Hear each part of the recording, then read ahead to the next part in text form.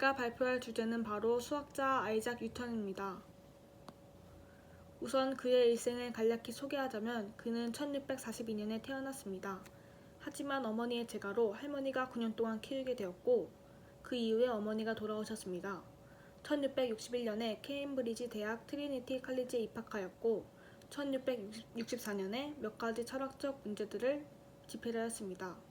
그리고 1669년엔 이른 나이로 석자 수학교수의 자리에 임명되고 무한급수에 의한 해석학에 관하여를 출간하였으며 그 후 2년 동안 보완하여 급수와 유일의 방법에 관하여를 수고 형태로 내놓았습니다. 1671년에는 반사망원경을 발명하여 명성을 떨치고 왕립학회 회원으로 선출되었습니다. 16년 후인 1687년에는 자연철학의 수학적 원리를 출간하였고 1694년에는 라이프니츠가 미적분학을 다룬 논문을 발표하며 이후 두 사람 사이에 누가 먼저 미적분학을 발명했느냐로 지루한 공방전을 벌였습니다. 1696년에는 조폐국 이사로 임명되었으며 1703년에는 왕립학회 회장으로 선출되었습니다. 또 1705년에는 과학자이자 수학자로서 최초로 기사자기를 받았으며 1727년에 사망했습니다. 그는 어렸을 때부터 만드는 것에 재능이 있어서 제등이 달린 연이나 쥐를 이용한 소형 제분기, 목재 기둥 시계 등을 만들어 마을에서는 작은 마술사로 통했습니다. 뉴턴은 평생 무언가를 만들었다는 말이 그를 따라다닐 만큼 그의 열정은 그가 세상을 뜰 때까지 계속되었다고 합니다. 그가 실제로 첨단 과학 분야에 관심을 갖고 문제의식을 느낀 것은 22세였습니다.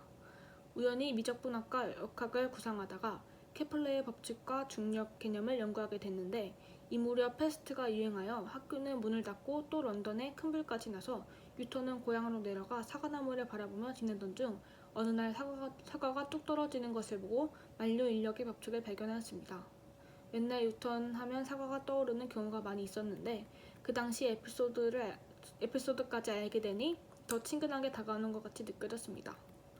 이제부터 뉴턴의 업적 중의 하나인 미적분학에 대해 소개해 보겠습니다.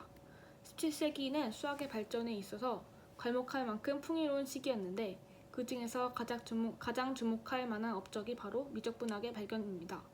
고등학교 교육과정에서는 미분을 먼저 배우고 적분을 나중에 배우는데 역사적으로는 미분보다 적분이 먼저 발달되었다고 합니다. 적분은 넓이나 부피, 호의 길이 등을 구하는 것과 관련되어 시작되었고 미분은 곡선의 접선과 함수의 최대 최소에 관한 문제로 인하여 시작되었습니다.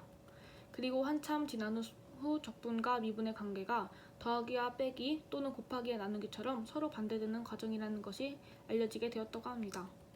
오늘날에도 수학에서 매우 중요한 위치를 차지하고 있는 미적분학의 발견은 뉴턴과 라이프니츠가 해낸 일입니다. 라이프니츠는 원래 법관이었는데 26살에 파리에 있을 때 수학자 호이긴스를 만나 본격적으로 수학을 연구하게 되었습니다. 그는 1673년에서 1676년 사이에 미적분학을 고안하여 발표하였습니다. 반면 뉴턴은 1660년대 후반에 이것을 발견하였으나 발표는 늦어졌다고 합니다. 그런데 이것 때문에 심각한 일이 벌어졌는데 영국과 유럽이 뉴턴과 라이프니츠 중에 누가 먼저 미적분학을 고안하였는지에 대한 논쟁을 벌이게 되었습니다.